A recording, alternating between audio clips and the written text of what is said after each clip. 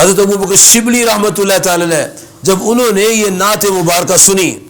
لقد جاءکم رسول من انفسکم عزیز علیہ ما عنتم حریص علیکم بالمؤمنین رؤوف رحیم، جب انہوں نے یہ نعت مصطفیٰ علیہ السلام سنی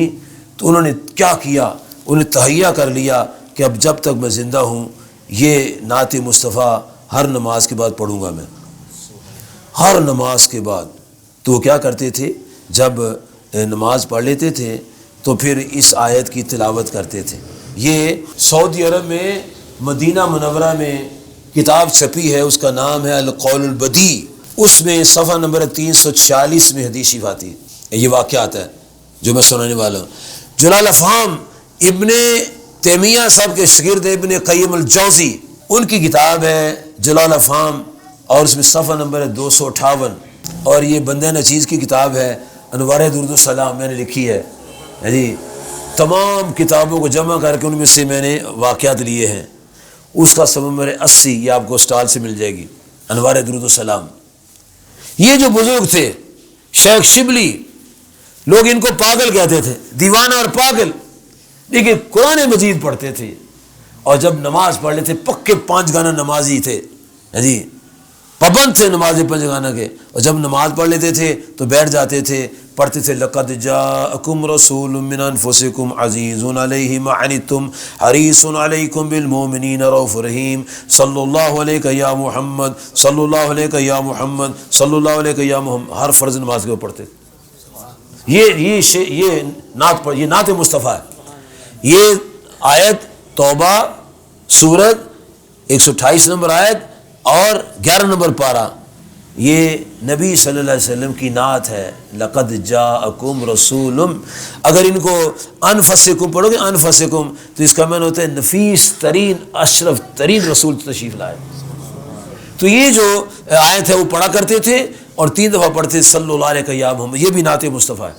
ہر نماز کے بعد پڑھتے تھے فرضوں کے بعد۔ تو جو ان کے دور کے بندے تھے نا، انہوں نے کہا یار یہ شیخ شبلی پاگل ہے، شیخ شبلی پاگل ہے، دیوانہ ہے، اور لوگوں نے اپنے شاگردوں سے کہا اس کے پاس نہ جایا کرو، یہ دیوانہ مجذور ہے، مجنون ہے۔ اس میں 3 بندے ہیں، ایک کا نام ہے ابو بکر محمد، ایک کا نام ابو بکر مجاہد، ایک کا نام ابو بکر شبلی، 3 ابو بکر ہیں، ایک بن محمد، ایک بن مجاہد اور ایک شبلی۔ یہ جو ابو بکر بن عمر ہیں، ان کا شاگرد تھا ابو بکر بن مجاہد، یہ آپ کے پاس بیٹھا ہوا تھا۔ اتنے میں شیخ شبلی آ گئے، تو استاد جی کھڑے ہو گئے، استاد جی کھڑے ہو گئے، کھڑے ہو کر استقبال کیا، اور وقبل بین عینیہ، یہ دونوں آنکھوں کے درمیان بوسہ لیا اور اپنی گدی پر بٹھا دیا، بڑا پیار کیا، بڑی ادب سے محبت سے باتیں کی، ان کی سنی اپنی سنائی۔ جب وہ چلے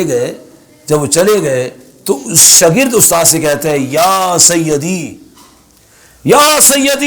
اتفعل بشبلی هكذا وانت وجميع من بغداد يتصورون او قال يقولون انه مجنون۔ فرمایا شیخ